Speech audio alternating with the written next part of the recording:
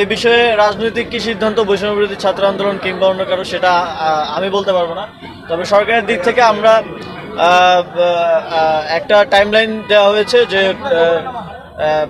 2025 সালের শেষ থেকে 2026 সালের মাঝামাঝি সময়ের মধ্যে নির্বাচন অনুষ্ঠান করা হবে। তবে এটার সময়টা নির্ভর করছে পুরোপুরি আমাদের যে সংস্কার কার্যক্রম তার উপর।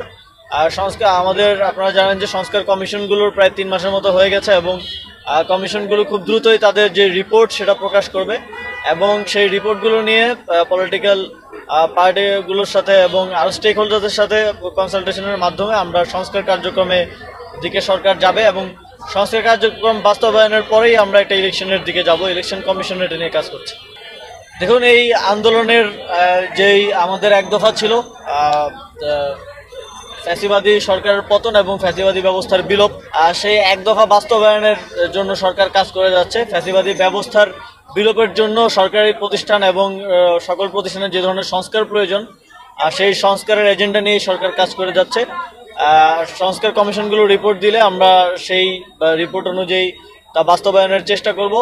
তবে নির্বাচন নিয়ে যে অধৈর্য হয়ে যাওয়া সেটা অবশ্যই সংস্কার কার্যক্রম যেটা চলছে সরকারের সেটাকে কিছুটা ব্যাহত করছে এবং সেখানে এক ধরনের বাধার সৃষ্টি করছে। আমরা আহ্বান জানাবো যে রাজনৈতিক দলগুলোই সংস্কার কার্যক্রমে তাদের মতামত দিয়ে তাদের প্রতিটি সংস্কার কমিশনে তাদের প্রস্তাবনা দিয়ে সংস্কার কার্যক্রমে সহযোগিতা করুক এবং তাদের সাথে আলোচনার ভিত্তিতেই সংস্কার কার্যক্রম সম্পন্ন করা হবে। সুতরাং এখানে কাউকে আসলে বাদ দেওয়া হচ্ছে না, সবাইকে সাথে নিয়ে এই সংস্কারটা করা হচ্ছে। আমরা মনে করি যে পলিটিক্যাল গভর্নমেন্টের অনেক কাজ করার ক্ষেত্রে অনেক বাধা সংকট আছে, সেই জায়গা থেকে এই সরকারের একটা সুযোগ আছে সংস্কার করার, আর সেটা এই সরকার করতে চায় এবং গণঅভ্যুত্থানের জনগণের যে আকাঙ্ক্ষা সেটার বাস্তবায়ন করতে চায়। রাজনৈতিক দলগুলোর বাইরেও তো জনগণের অনেক বড় একটা অংশই অভ্যুত্থানে এসেছিল, তো তাদের সেই আকাঙ্ক্ষা বাস্তবায়নই সরকারের প্রায়োরিটি।